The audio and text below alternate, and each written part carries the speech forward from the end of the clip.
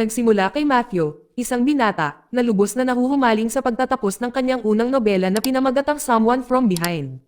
Siya ay isang mahirap na ulila na nangangarap na maging isang kilalang manunulat. Ang kanyang pinakamalaking pag-asa ay ang kanyang nobela na matanggap ng isang publisher na magbabago sa kanyang buhay at pinansyal na sitwasyon. Araw-araw, nagtatrabaho siya bilang isang pang-araw-araw na manggagawa, tumulong sa isang truck ng kargamento. Kasama sa kanyang trabaho ang walang katapusang gawain ng pagkarga at pagbabawas ng lahat ng uri ng mga kalakal mula sa pagkain at damit. Hanggang sa basura ng mga restaurant at kung minsan ay paglipat pa ng mga gamit ng mga estudyante sa kolehiyo. Isang araw habang naghahatid sa campus ng universidad, nagkataon na nakita ni Matthew ang isang sikat na novelista na nagbibigay ng seminar sa mga estudyante ng panitikan. Ang manunulat na si Alice isang magandang babae. Agad na nakaramdam ng pagkahumaling si Matthew. Ito ay isang malinaw na kaso ng pag-ibig sa unang tingin. Gayunpaman, habang nag-e-enjoy siyang titigan si Alice, bigla siyang binalik ng kaibigan niya sa realidad, na nagpapaalala kay Matthew na mga karaniwang manggagawa lang sila. Ipinagkibit-balikat ito ni Matthew at bumalik sa trabaho. Pagkaraan ng mga araw, natanggap ni Matthew ang pinakahihintay na tugon mula sa mamamahayag. Sa kasamaang palad, ang kanyang nobela ay tinanggihan, na nagdurog sa kanyang pag-asa sa loob ng ilang segundo. Hindi napigilan, tinawagan niya ang publisher upang itanong kung aling mga bahagi ng kanyang isinulat ang hindi maganda. Inaasahan niyang baguhin ang kanyang nobela, ngunit agad na naputol ang tawag. Kinabukasan, si Matthew ay bumalik sa trabaho, na nakatalaga sa paglilinis ng isang apartment. Ang matandang nangungupahan nito ay namatay 2 araw bago nito. Ipinaliwanag ng may-ari ng apartment na ang matanda ay umupa sa lugar sa loob ng 35 taon, namumuhay mag-isa na walang pamilya, at walang sino man ang bumisita sa kanya. Inutusan silang magdala ng ilang kasangkapan sa isang kawang gawa habang ang mga natitirang bagay ay dapat na lamang itapon. Sa loob ng kwarto ng matanda, nakita ni Matthew na punong-puno ito ng mga libro, dyaryo, at iba't ibang posibilidad at dulo. Ito ay malinaw na nagpapahiwatig na ang namatay ay mahilig magbasa at magsulat. Mabilis na sinimulan ni Matthew ang paglalagay ng mga gamit sa mga plastic bag. Natuklasan niyang Leon ang pangalan ng yumaong matanda. Nakakita rin siya ng larawan ng isang batang Leon na dating sundalo at nakipaglaban sa Algeria. Biglang bumagsak ang isang maalikabok na leather-bound na libro mula sa itaas ng cabinet, na ikinagulat niya. Sa curious, binuksan niya ito. Ito pala ay ang personal na tala-arawan ni Leon mula sa kanyang panahon bilang isang sundalong Pranses sa Algeria. Agad na nakilala ni Matthew ang pambihirang kalidad ng pagsulat.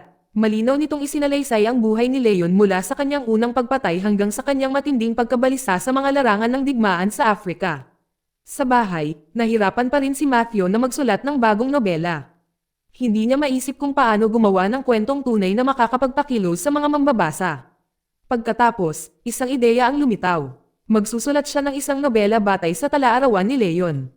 Isinalaysay nito ang buhay ni Leon bilang isang sundalo, na naglalarawan ng isang nakakatakot na kapaligiran kung saan ang langit ay nagdilim, ang mga kamay ay namumula sa kasalanan, at kung paano siya nakipagbuno sa pagitan ng malupit na utos at ng kanyang sariling budi. Lalo na't naging biktima din ang mga babae at bata sa laban ng iyon ng Algeria. Pagkatapos ng mga araw ng muling pagsulat ng kwento ni Leon, maingat na binago ang orihinal na mga pangalan ng karakter, sa wakas ay kumpleto na ang nobela. Gayunpaman, hindi sigurado si Matthew kung anong pamagat ang babagay sa kwentong ito. Sa kalaunan ay nakahanap siya ng inspirasyon sa isang malakas na parirala. Ang Algerian Sun's Blackened by Blood. Pagkatapos ay pinamagatan niya ang kanyang bagong nobelang Black Sun. Kinabukasan, habang nagtatrabaho, nakatanggap si Matthew ng tawag sa telepono mula sa mamamahayag. Sinabi nila sa kanya na ang kanyang nobela na Black Sun ay mahusay at inimbitahan siya sa isang pulong. Laking tuwa ni Matthew na tinanggap ang kanyang nobela. Gayunpaman, dahil ang kwento ay hindi ganap na kanyang sariling ideya. Maingat niyang itinala ang lahat ng mahahalagang sandali mula sa tala-arawan ni Leon upang maipaliwanag niya ng maayos sa publisher ang salaysay. Matapos kabisaduhin ang lahat, sinunog niya ang tala-arawan, sa panlabas na inaangkin ang kwento bilang ganap na kanyang orihinal na gawa. Lingid sa kanyang kaalaman, isang malaking kasawian ang sasapit sa kanyang buong buhay. Sa wakas ay nakilala ni Matthew ang publisher na tuwang-tuwa sa kanyang pagsusulat. Pinuri niya ang estilo ng pagsulat ni Matthew at ang malalim na nakakaantig na kwento ng nobela, na sinasabing dinala nito ang mga mambabasa sa larangan ng digmaan. Nagkataon namang nakita ni Matthew si Alice doon na nagre-review din ng nobela. Si Matthew na nakapikit pa rin ay lumapit sa kanya. Si Alice ay tila hindi nabigla. Hindi siya nakilala. Nagkomento siya na ang Black Sand ay isang mahusay na nobela na higit sa kanyang inaasahan. Noon lang, tinawagan ng may-ari ng bookstore si Matthew at binati siya. Biglang na-realize ni Alice na ang lalaking kausap niya ay si Matthew, ang author ng Black Sand. Ito, syempre, ay humanga sa kanya. Pagkalipas ng 3 taon, si Matthew ay naging isang kilalang may akda. Ang kanyang nobela ay isang malaking bestseller na nagdadala sa kanya ng malaking kita. Hindi lang iyon, girlfriend na niya ngayon si Alice. Niyaya niya itong makilala ang mayayamang magulang, sina Alan at Helen, na nakatira sa isang marangyang mansyon sa Dalampasigan. Doon, buong pagmamalaking ipinakita ni Alan ang kanyang koleksyon ng mga pambihirang armas ng French Royal Era. Pagkatapos, isinama ni Alice si Matthew sa baybayin at ipinakita pa sa kanya ang isang shed kung saan nakikipaglaro siya ng taguan kasama ang kanyang ama noong bata pa siya. Habang dinugugol ang kanyang mahal na oras kasama si Alice, biglang tumawag ang kanyang publisher. Nilabag ni Matthew ang kanyang kontrata. 3 taon na ang nakalipas mula nang inilabas ang Black Sand at hindi pa nagsusumite ng bagong nobela si Matthew. Ang kanyang mga tagahanga ay naghihintay ng higit pang gawa at ang kanyang kontrata ay nagobligado sa kanya na gumawa ng bagong nobela. Ngunit hindi siya nagpadala ng isang pahina. Sa kanyang silid, lubos na nadismaya si Matthew. Hindi siya makasulat ng magandang nobela dahil sa kaibuturan niya alam niyang kulang siya sa likas na talento. Ang masaklap nito, ang kanyang royalties ay pinipigilan na ngayon ng publisher dahil hindi niya natupad ang kanyang kontrata sa paggawa ng bagong nobela. Ang kontrata ay nagtakda ng hindi bababa sa 2 nobela bawat may akda para sa mga royalty na magpatuloy ng walang katapusan. Pagkatapos ay dumalaw si Stan at nakilala si Matthew. Nagkaroon sila ng kaunting inuman. Sa kilos niya, halatang crush ni Stan si Alice at hindi siya masaya sa pagiging boyfriend niya kay Matthew. Kinabukasan, nahihirapan pa rin si Matthew kung ano ang kanyang isusulat. Muli niyang binisita ang una niyang tinanggihang nobela, Someone from Behind, at ibinigay ito kay Alice para sa kanyang pagsusuri.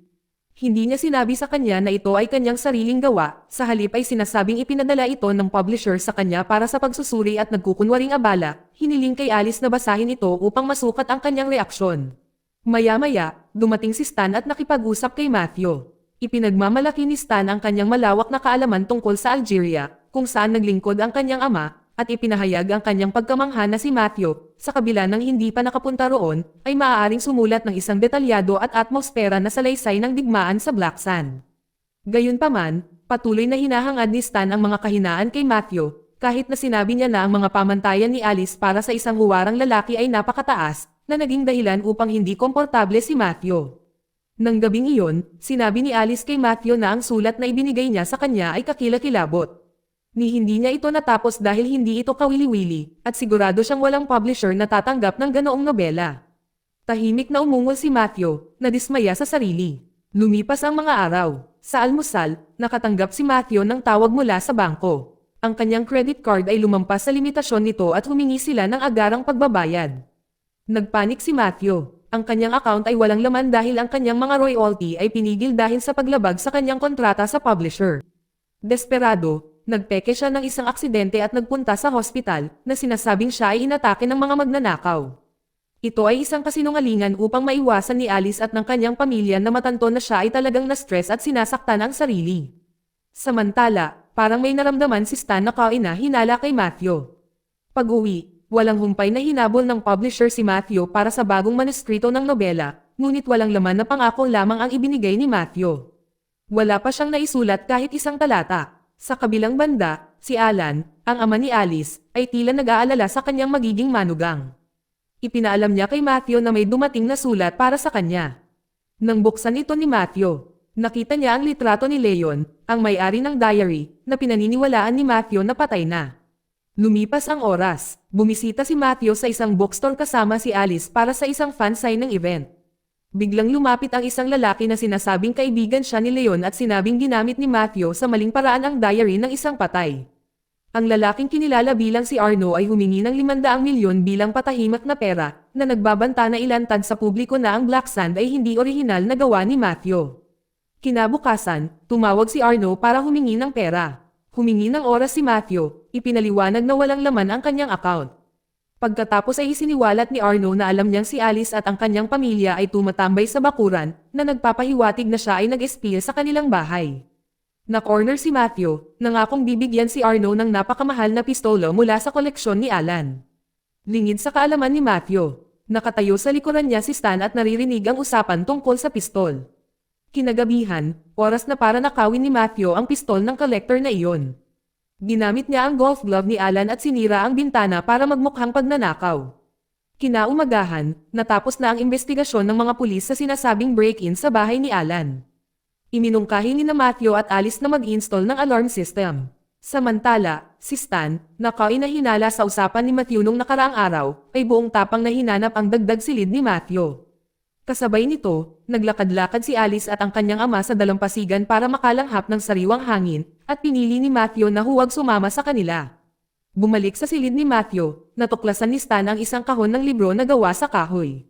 Sabay pasok ni Matthew at nakitang hawak ni Stan ang pistol na itinago niya.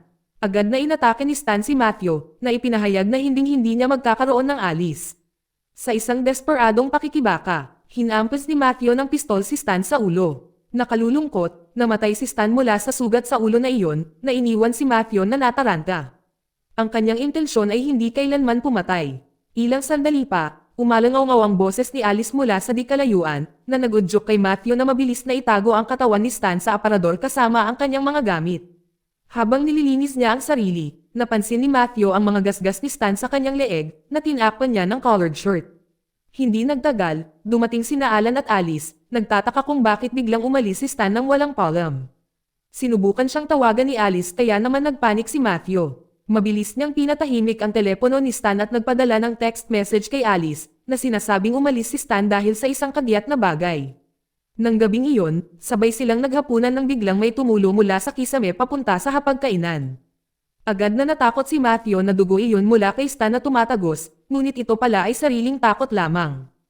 Ang likido ay talagang dugo mula sa kanyang ilong na dumudugo. Sinubukan siyang tulungan ni Alice, ngunit tumanggi si Matthew at umalis sa mesa, nagmamadaling tingnan ang aparador. Sa kanyang kaiginhawahan, walang pulang likidong tumutulo o namumuo sa sahig. Maya-maya, dumating si Alice upang tingnan si Matthew, dala ang kanyang aso. Ang aso ay nagsimulang tumahol ng matindi sa pintuan ng kabeta, na bahagyang ikinagalit ni Matthew, at sinabi niya kay Alice na umalis ka agad. Nang maglaon ng gabing iyon, habang mahimbing na natutulog ang lahat, kinuha ni Matthew ang mga kagamitan sa kamalig ng kanyang mga biyenan. Binalot niya ng banig ang katawan ni Stan at sa kanyang balingkinitang pangangatawan, buong lakas niyang itinulak ang bundle mula sa itaas na palapag. Pagkatapos ay dinala niya ito sa dalampasigan, planong ay subsob ang katawan. Nakahanap si Matthew ng mabibigat na metal na pabigat para ilubog si Stan sa dagat, at sa wakas ay nagsimula na ang malagim na senaryo. Matapos matagumpay na maisakatuparan ang kanyang plano, nagmamadaling bumalik si Matthew, ngunit kakaiba, huminto ang makina ng bangka. Hindi nagtagal, lumitaw sa tubig ang isang Marine Police Patrol boat. Dahil sa takot, agad na lamusong si Matthew sa ilalim ng dagat, na natatakot na matuklasan, at desperadong lumangoy patungo sa dalampasigan. Dumating na ang araw sa umaga. Nagmamadaling umuwi si Matthew bago pa magising ang kabahayan, gustong magpakita na parang walang pinuntahan. Mabilis siyang humiga sa kama, ngunit gising na si Alice at tahimik na iniisip kung nasaan si Matthew buong magdamag. Kinalaunan ng hapong iyon, nagising si Matthew at hinanap si Alice, iniisip na baka nasa tabing dagat siya. Si Alice ay pagbabasa ng nobela, nagulat siya nang makita ang isang nakabalot na bundle na lumulutang sa tabi ng mga bato.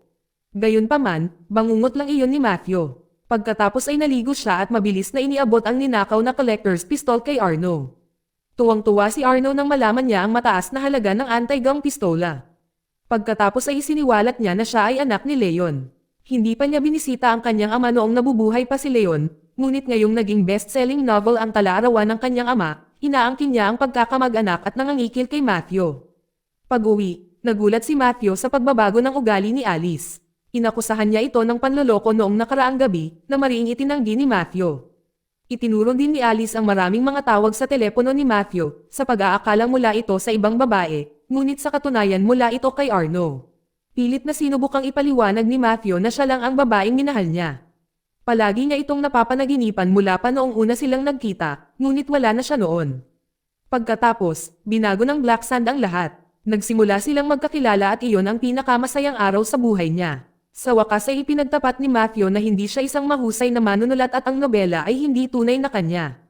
Natakot lang siya na kung malaman ni Alice ang totoo, iiwan siya nito. Ngunit sa kanyang kaiganhawahan, mahal pa rin ni Alice si Matthew. Kahit na alam niyang hindi siya ang magaling na manunulat na pinaniwalaan niya. Ang kanilang pagmamahalan, aniya, ay totoo at hindi kailangan ng dahilan. Makalipas ang mga araw, nakahanap si Matthew ng inspirasyon para magsulat ng nobela tungkol sa sarili niyang kwento.